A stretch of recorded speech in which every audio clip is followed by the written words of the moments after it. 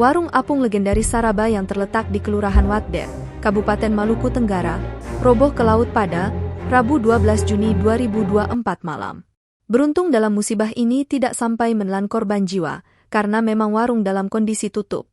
Diduga kerugian mencapai ratusan juta rupiah, karena pemilik hanya sempat menyelamatkan beberapa barang-barang saja. Pantauan tribunambon.com, Kamis 13 Juni 2024 pukul 11.37 WIB.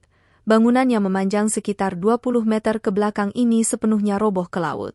Tampak beberapa orang berusaha menyelamatkan barang yang tersisa, dengan cara berjalan di atas atap seng bekas memungut beberapa benda yang masih bisa diselamatkan. Novai, anak pemilik warung hanya bisa memendangi tempat yang kini sudah rata sejajar dengan pasalnya air laut. Menurutnya, memang kondisi kayu sebagai penahan berat sudah lapuk, sempat diganti di beberapa sisi namun tidak dapat mengimbangi berat dari bangunan.